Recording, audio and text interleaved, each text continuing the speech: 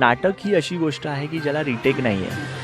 जे आहे ते प्रयोग लोकांसमोर होणार आहे. दरवेळेला नव्याने सगळं समोर येणार आहे. नाटकासारखं माध्यम की जिथे मनोरंजन आणि प्रबोधन या दोन्ही गोष्टी होतात. सहानुभूतीची गरज नाही आहे, मग ते कोणत्याही प्रकारचे दिव्यांग असो, मग सगळ्यांना संधी मात्र नक्की द्या. सो कुणालाच बाउंड्रीज आवडत नाही. तो आम्हाला पण तेच आहे की आमच्या या ज्या आहेत बाउंड्रीज, त्या आम्हाला बाउंड्रीज नव्हत्या. मला स्वतंत्र, खुलं स्वतंत्र हवं, जिथे आम्ही भरपूर बागडू शकू, भरपूर जीवन जगू शकू. आणि तर म्हणून मग ह्या नाटकामधून या समस्यांचा आढावा घेण्याचा आम्ही प्रयत्न केला आणि त्या समस्या जनसामान्यांपासून ते अगदी जे कोणी मोठ्या सामाजिक व्यक्ती आहेत त्यांच्यापर्यंत पोहोचवण्याचा हा छोटासा प्रयत्न. तिथे आपली कला किंवा आपल्यातलं जे काही कौशल्य आहे ते सिद्ध करू शकते. आम्हाला सगळीकडून बाउंड्रीज आहे. Anyone don't like a boundaries.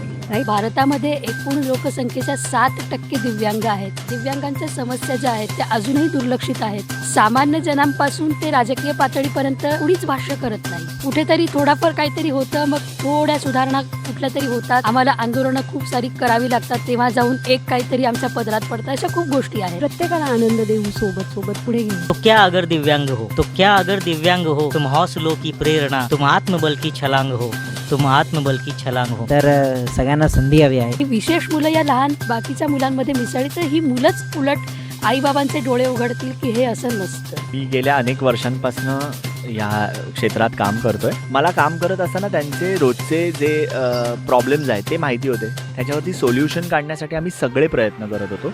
जर सुगम्य भारत झाला तर डेफिनेटली तो त्यांच्यासाठीचा सुरक्षित भारत आहे. श्रीरंग चॅरिटेबल ट्रस्ट निर्मित आणि रंगवेद प्रस्तुत रंगगंध आम्हाला दिसतंय की तुम्हाला दिसत नाही. तर आज आपण ह्या प्रयोगाला आलो आहोत. तर जे प्रयोगामध्ये ज्या लोकांनी परफॉर्म केलं आहे, आज आपण त्यांच्यासोबत बोलणार आहोत. तर जाणून घेऊया की प्रयोग नेमका कशाबद्दल आहे. तर नमस्कार मित्रांनो, मी सम्यक तांबे. तर चला प्रयोगाबद्दल गप्पा मारूया. योगिता ताई, तुम्ही ह्या प्रयोगाबद्दल हे जे तुम्ही टॉपिक घेतलं त्याच्याबद्दल काय सांगाल? खरी तर गोष्ट अशी आहे की भारतामध्ये एकूण लोकसंख्येच्या 7% दिव्यांग आहेत. म्हणजे आपण 140-45 कोटींचा जर विचार केला तर ही काही कोटींच्या घरात जाणारी संख्या आपण म्हणू शकतो. तर एवढ्या दिव्यांगांच्या समस्या ज्या आहेत त्या अजूनही दुर्लक्षित आहेत. आणि इवन असं होतं की सामान्य जनांपासून ते राजकीय पातळीपर्यंत यावर कुणीच भाष्य करत नाही. ते कुठेतरी थोडाफार काहीतरी होतं, मग थोड्या सुधारणा कुठल्या तरी होतात. आम्हाला आंदोलनं खूप सारी करावी लागतात, तेव्हा जाऊन एक काहीतरी आमच्या पदरात पडतं. अशा खूप गोष्टी आहेत. मग अशा वेळेला नाटकासारखं माध्यम की जिथे मनोरंजन आणि प्रबोधन या दोन्ही गोष्टी होतात. तर म्हणून मग ह्या नाटकामधून या समस्यांचा आढावा घेण्याचा आम्ही प्रयत्न केला आणि त्या समस्या जनसामान्यांपासून ते अगदी जे कोणी मोठ्या सामाजिक व्यक्ती आहेत त्यांच्यापर्यंत पोहोचवण्याचा हा छोटासा प्रयत्न आहे. ओके. जे यंगस्टर आहेत, जे आपल्या भारताचा पाया आहेत, त्यांना तुम्ही काय मेसेज द्याल?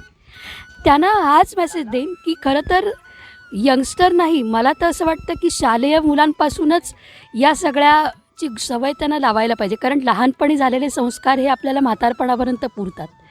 तर आता जे शाळेमध्ये दिव्यांगांना प्रवेश वगैरे मिळत नाही आहे, सर्वसाधारण शाळांमध्ये ही खूप समस्या आहे. आणि इकडे एकात्म शिक्षण पद्धती आणि या सगळ्या गोष्टींच्या बाबतीत खूप बोललं जातं की नाही नाही दिव्यांगांना सर्वसाधारण शाळेमध्ये घातलं पाहिजे, हे पाहिजे. पण त्यांच्या समस्या काय आहेत किंवा त्यांना स्पेशल जे ट्रेनिंग किंवा स्पेशल टीचिंग कोचिंग द्यावं लागतं याबद्दल जागरूकता नाही आहे. तर मला असं वाटतं की शाळेपासूनच दिव्यांग आणि सर्वसाधारण मुलं यांच्यामध्ये दुवा असणं किंवा यांच्यामध्ये कॉन्टॅक्ट असणं हे जर झालं तर आजची तरुण पिढी अधिक सजगपणे या समस्यांकडे पाहू शकेल असं मला वाटतं.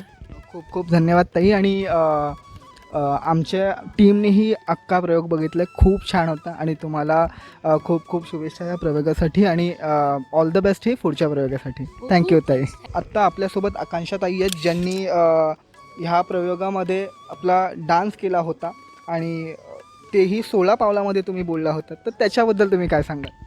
हो, मी आत्ता डान्स केला होता नाटकामध्ये. तर ती त्याच्यामागची भावना अशी आहे, की इतर जेव्हा मुलं-मुली डान्स करतात, नृत्यही बऱ्याच जणांची आवड असते, माझी आहे. तर काय होतं, की ते पूर्ण त्यांना दिसत असतं, त्यांच्या दृष्टीपलीकडे बघू शकत असतात. ते त्यांना संपूर्ण स्टेज आणि त्याच्या पुढचंही दिसतं, त्यामुळे त्याचा वापर ते सहज करू शकतात. पण जेव्हा प्रश्न एखाद्या अंध व्यक्तीचा येतो किंवा दिव्यांग व्यक्तीचा येतो, फिजिकली असू दे किंवा कसंही, तर आम्हाला तेवढा अंदाज येत नाही, तेवढं दिसू शकत नाही. तेव्हा त्यामुळे आम्हाला सगळीकडून बाउंड्रीज आहेत and anyone don't like a boundaries, right?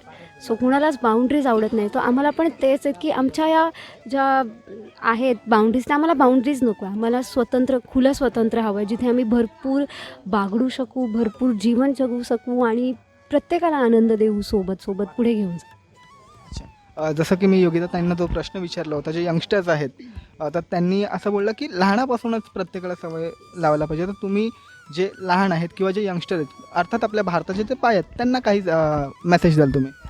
Yes, योगिताताई अगदी बरोबर म्हटली आहे. जी लहानपणी आपल्यामध्ये संस्कार रुजू केले जातात, ते अगदी आपल्याला काही आपल्यासोबत जात नाही. आपले संस्कार, आपलं कर्म आपल्यासोबत जातं. तर लहान मुलांपासूनच संस्कार दिले पाहिजेत. सोबत असायला हवेत दिव्यांग आणि इतर सर्वजण, जेणेकरून त्यांना कळेल की अरे बाबा, मला याला अशी मदत करायची आहे. समोरासमोर दिसलं तर लहान मुलं इतकी निरागस आणि इतकं प्युअर असतात, ते त्यांना सांगावं लागणार नाही की मदत कर म्हणून. नाही सांगावं लागत ना आपल्याला, त्यांना कळून येतं. हे त्यांच्यातला निरागसपणा आहे. त्यामुळे जर का लहानपणापासून मुलांसोबत दिव्यांग लोक पुढे गेले, स्टँडर्ड सेम असलं, त्यांनी शेअरिंग केलं, शेअरिंग इज केअरिंग, तो असं करत करत ते एक मैत्रीचं बंधन निर्माण होईल. आणि त्याच्यानंतर असं काही राहणार नाही, दिव्यांग आणि इतर लोक असा काही भेदभावच राहणार नाही. कारण ते म्हणतील आम्ही तर सोबतच वाढलो, आम्ही सोबत डबे खाल्ले, आम्ही सोबत इकडे तिकडे पळालो, सोबत पडलो, सोबत उठलो, सगळं आम्ही सोबत केलं. मग बाउंड्रीज कुठे राहिले? खूप खूप धन्यवाद. आणि ताई, तो तुम्ही डान्स केला तो खूपच छान होता, पण जो लास्टचा पार्ट तुम्ही केला आहे, जो योगाचा पार्ट होता, तो फॅब्युलस होता. तर तुम्हाला त्यासाठीही, म्हणजे तुम्ही आय थिंक योगा टीचर होणार, जसं सुमित सरांनी सांगितलं, तर त्यासाठीही तुम्हाला ऑल द बेस्ट. आत्ता आपण बोलूया दादाकडे. दादा, तुमचं नाव? कवी किरण पाटील. कवी किरण पाटील दादा आपल्यासोबत आहेत आज. लास्ट एंट्री केली, छोटीशी एंट्री होती, बट बेस्ट पार्ट जो माझा होता, जे विंग्स बाहेर आले होते, म्हणजे विंग्स जे तुम्ही लावले होते ते बेस्ट होता. तुम्ही तुमचा जो कॅरेक्टर आहे त्याच्याबद्दल काय सांगाल आणि प्रयोगाबद्दल काय सांगाल? आम्ही, आमच्यासारखे जे दिव्यांग लोक असतात ते नेहमी स्वतःला असं सांगत असतात की तो क्या अगर दिव्यांग हो, तो क्या अगर दिव्यांग हो, तुम हौसलों की प्रेरणा, तुम आत्मबल की छलांग हो, तुम आत्मबल की छलांग हो. तर हे जे आत्मबळ आहे ना, हे आत्मबल आमच्यामध्ये आहे. पण या जिद्दीला कुठेतरी पुढे येण्यासाठी किंवा आता सर्वसामान्य लोकांबरोबर जेव्हा आम्हाला जगण्याच्या समान संधी जर उपलब्ध करायच्या असतील, तर सगळ्यात मोठा अडथळा हा आहे की ॲक्सेसिबिलिटी, सुगमता. आता या रंगमंचावर जर मी येऊ शकलो तर मी परफॉर्म करू शकेन ना, स्वतःला कुठेतरी इस्टॅब्लिश करू शकेल ॲज अन आर्टिस्ट. तर ही जी अडचण आहे, या अडचणीवर आम्ही भाष्य केलं आहे. मग त्यामध्ये दिव्यांगांचे जितके सगळे प्रकार आहेत, की कोणी म्हणजे दृष्टीहीन असतील किंवा पायाने असतील, हाताने असतील, कोणाला बोलता येत नसेल, सगळ्या प्रकारचे जे दिव्यांग लोक आहेत, यांना जर जगण्याच्या समान संधी उपलब्ध करून द्यायच्या असतील, तर प्रत्येक ठिकाणी, सार्वजनिक ठिकाणी किंवा सरकारी ठिकाणी त्यांना जाता आलं पाहिजे. आणि त्या विषयावरच भाष्य करणारं आमचं नाटक आहे. तर हा मेसेज सगळ्या लोकांपर्यंत किंवा आपल्या जी कोणी राज्यकर्ते आहेत त्यापर्यंत पोहोचून लवकरात लवकर ही समस्या आपल्या या देशातून नाहीशी व्हावी, अशी आमची इच्छा आहे. आम्ही ही आशा करतो की ज्यासाठी तुम्ही हा प्रयोग करता ती गोष्ट लवकरात लवकर व्हावी. आणि धन्यवाद दादा बोलण्याबद्दल, प्रयोगाबद्दल सांगण्याबद्दल. आता आपण बोलूया ताईकडे. ताई, तुमचं नाव? ज्योती. ओके, ज्योतिताई, तुम्ही पण म्हणजे ही जी भूमिका केली ते बॅकस्टेजची भूमिका होती. आणि अर्थात तुम्ही बॅकस्टेजच केलात मोस्ट ऑफ.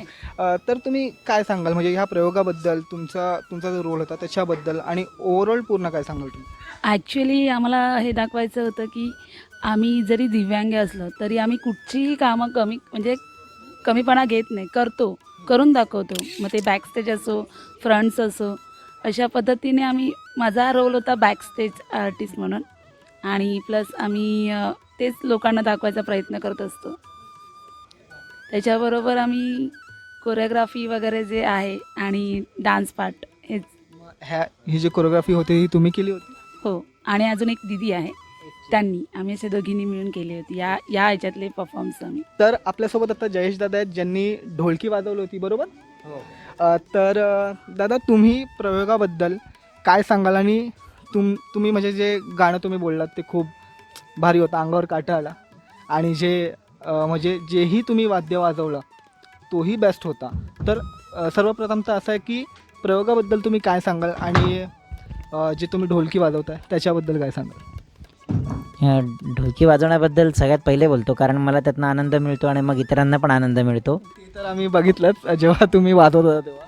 ते सगळ्यात जास्त म्हणजे माझ्यासाठी सगळ्यात चांगली गोष्ट तीच आहे की मी ढोलकी वाजवतो, गाणं गातो, गरज पडल्यावर तबला वाजवतो. म्हणजे ह्या सगळ्या गोष्टी मला त्यातनं आनंद मिळतो आणि मला हे बघून जास्त आनंद मिळतो की इतरांना पण त्यातनं आनंद मिळतो.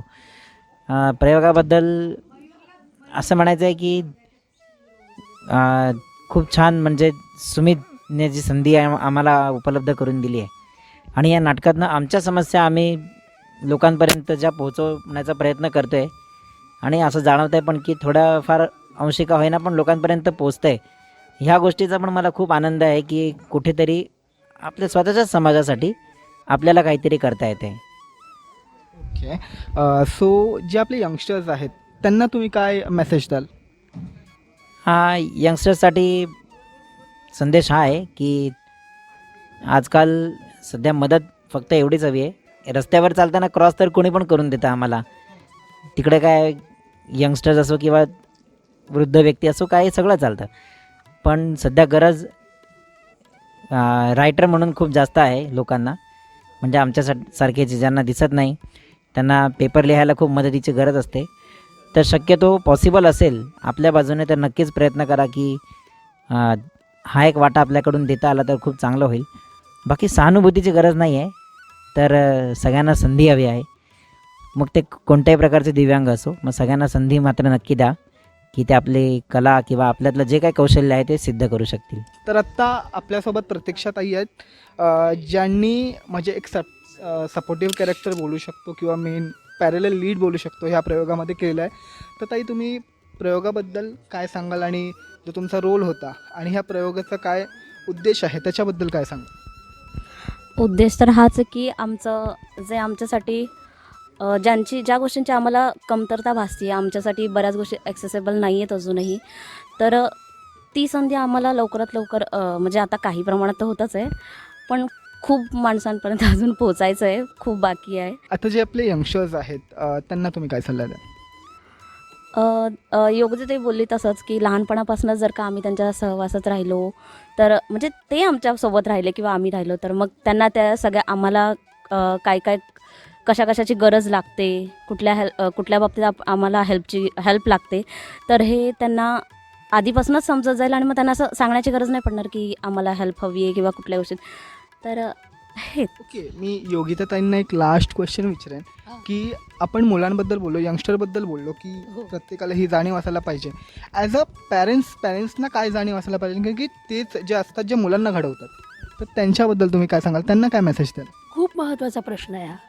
कारण काय होतं, सर्वसाधारण मुलं तर सोडा, दिव्यांगांचे पालकसुद्धा कधी कधी दिव्यांगांना नाही असं करतात. म्हणजे काय, कशाबद्दल निग्लेक्ट करणं, हे करणं की आता त्याचा नाहीतरी उपयोग काय आहे, असे निगेटिव्ह अप्रोचने बघणारे दिव्यांगांचे पालकसुद्धा आहेत.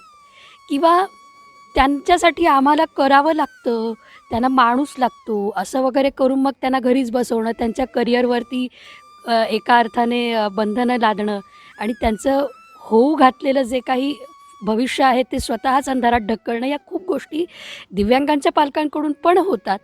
तर हे जर थांबवायचं असेल तर स्वाभाविकपणे या सगळ्या समस्यांबद्दल पालकांमध्ये जागरूकता होणं ही आवश्यक आहे. आणि लहान मुलांमध्ये जर ही मुलं मिसळली, विशेष मुलं जी आहेत, ते आता दिव्यांग पण किती म्हणणार, ही विशेष मुलं या लहान बाकीच्या मुलांमध्ये मिसळली तर ही मुलंच उलट आईबाबांचे डोळे उघडतील की हे असं नसतं. हे स्वानुभवाचे बोल आहेत, कारण मी गेली 12 वर्ष 2 शाळांमध्ये शिकवते.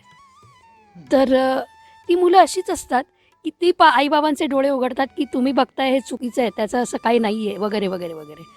तर म्हणून मी मुलांपासून ती सुरुवात केली. पण दिव्यांगांच्या पालकांनाही ही ज्या अंधश्रद्धा आहेत की काय मागच्या जन्मी पाप केलं होतं, ही अमकं आणि तमकं, ह्या खूप गोष्टी असतात की हे आधी गैरसमज काढून टाकायला हवेत.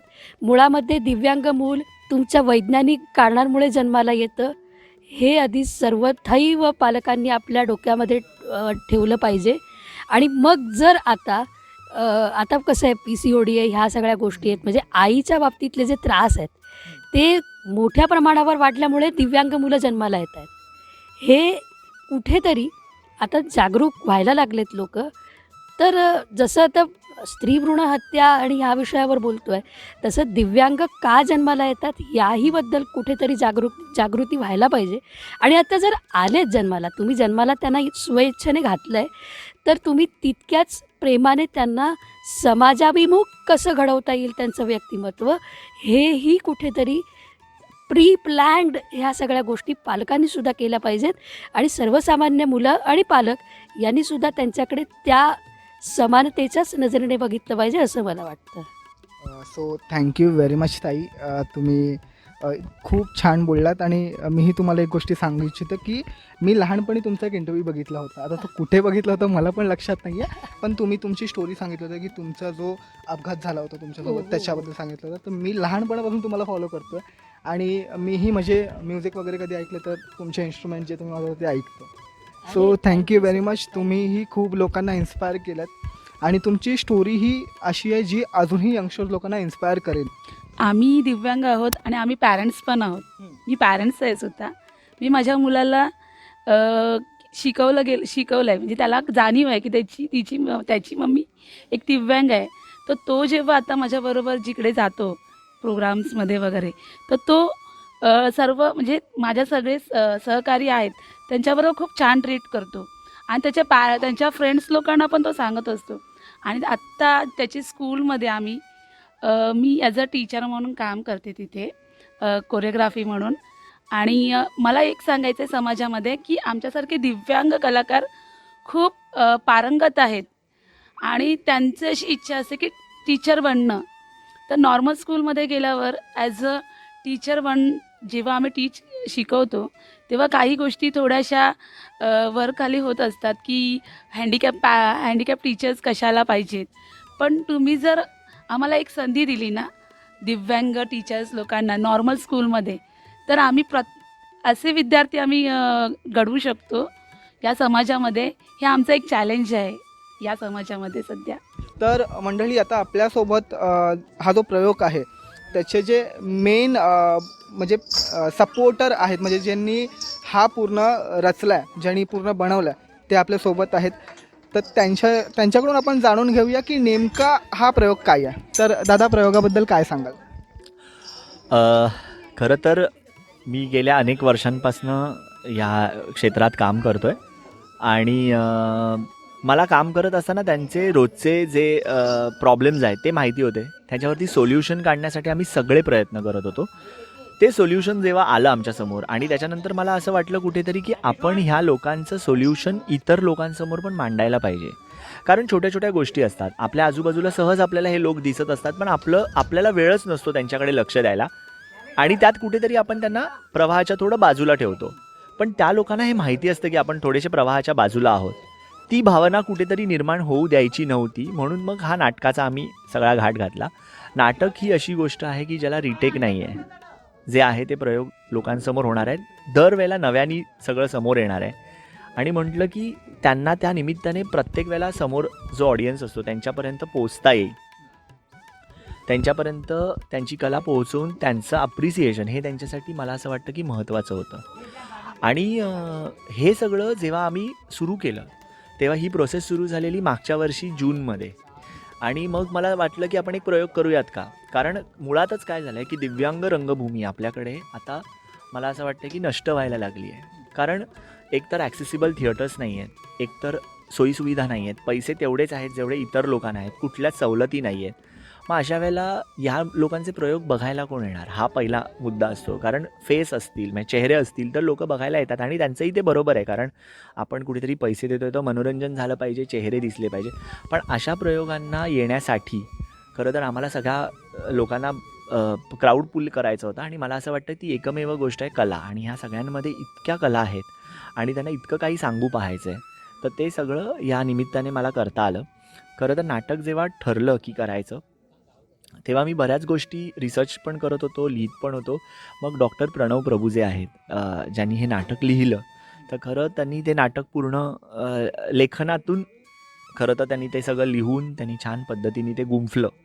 त्याच्यानंतर मग जेव्हा दिग्दर्शनाचा भाग आला, तेव्हा अर्धं डिरेक्शन जे आहे ते ह्या मुलांमधनंच झालं होतं.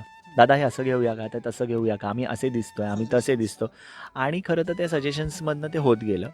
त्यांना लिमिटेशन्स आहेत, नो डाऊट. कारण मला सगळी पावलं जर तुम्ही बघितली असती ती मोजून मापून पावलं आहेत. आम्हाला त्यातच बसवायला लागतं. आता समजा जर ह्याच्यापेक्षा जरी मोठा स्टेज असेल तरी पण आम्हाला एवढ्यातच करावं लागतं आणि ह्याच्यापेक्षा छोटा आला तर आम्हाला प्रॉब्लेम होतो. तेव्हा आम्हाला पावलं कमी करायला लागतात. मग 1 to 1 मायनस आम्ही असं ते सगळं ठरवून ठेवलेलं आहे की बाबा कुठेही आपल्याला गणपतीचे शो असतील, काही असतील, तर तेव्हा स्टेज छोटे असतात, एवढे मोठे नसतात, एवढ्या विंग्ज नसतात. तर मग हे सगळं आम्ही ठरवून ठेवलेलं आहे. सगळ्या गोष्टी मोजून मापून झालेल्या आहेत.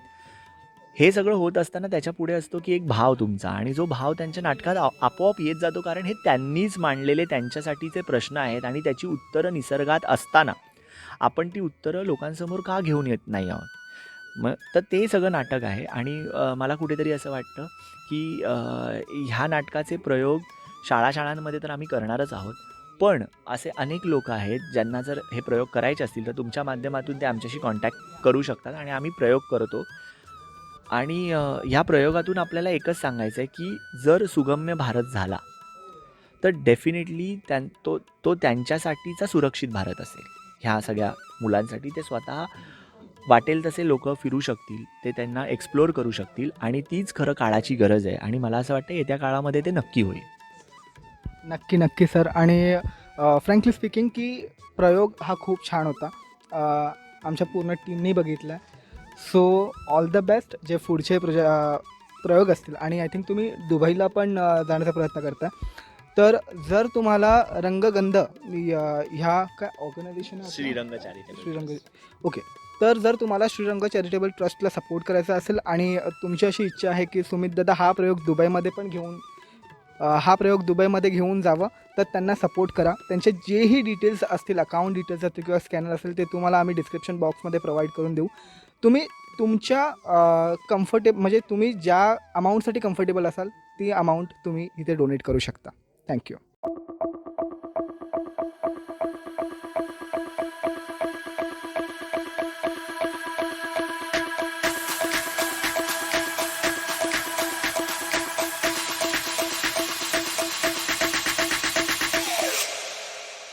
You